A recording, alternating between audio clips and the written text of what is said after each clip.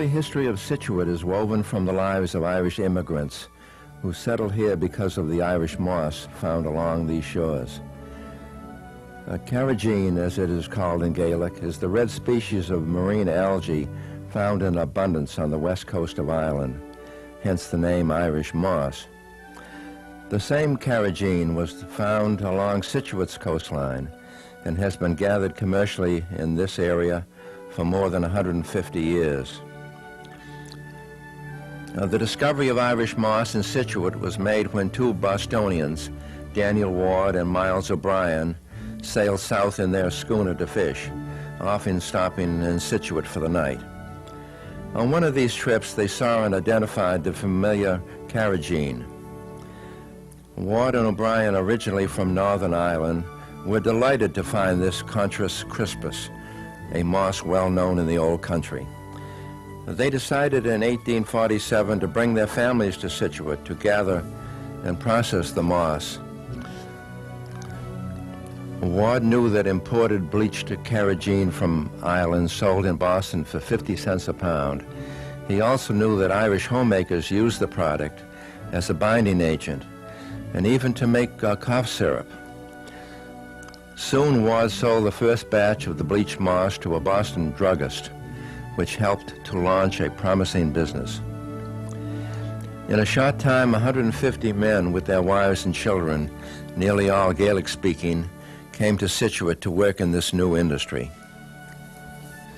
Initially, these newcomers picked the moss from offshore rocks by hand at low tide. Then wives and children spread, dried, and bleached the moss on racks called fish flakes. Later, mossers used specially designed 14-foot steel-toothed mossing rakes, pulling the seaweed into their 16-foot double-ended mossing dories. It took 14 days to complete the process, turning thin layers of the moss frequently on the sand to expose both sides of the plant to the sun and air. Late in the afternoon, it was picked up and piled into large hogshead tubs, then washed with firkins of seawater.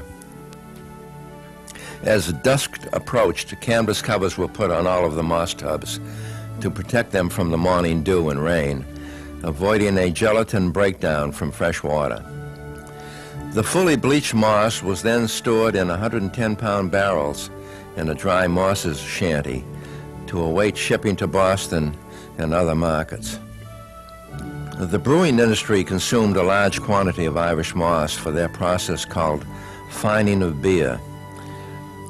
This blending formula convinced Ward that moss was one of the most valuable raw materials harvested from the sea.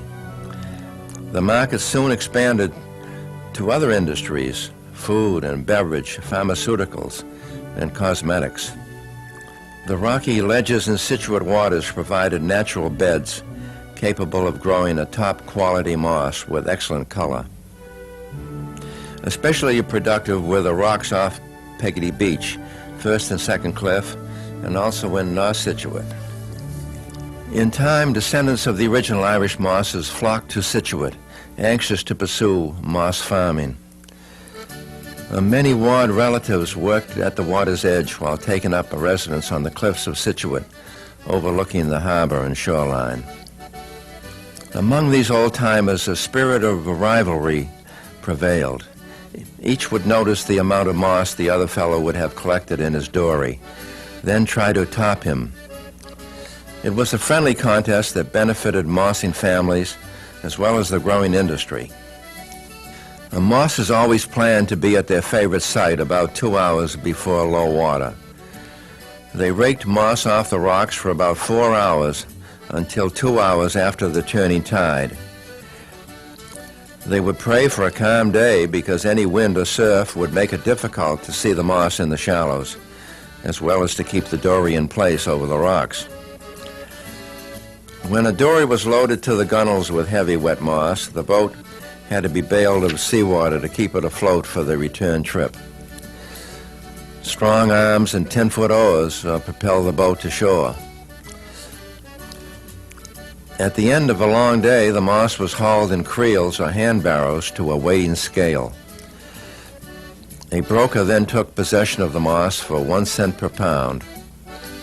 A typical mossing dory would hold about 1,400 pounds, but a day's average haul was usually less than 800. A teenage mosser would collect about 500 pounds, earning the lad $5 for a day's work. For the first 100 years, drying and curing methods remained the same, but modern technology instituted by Tom Dwyer and later by Lucien Rousseau developed mechanical drying techniques.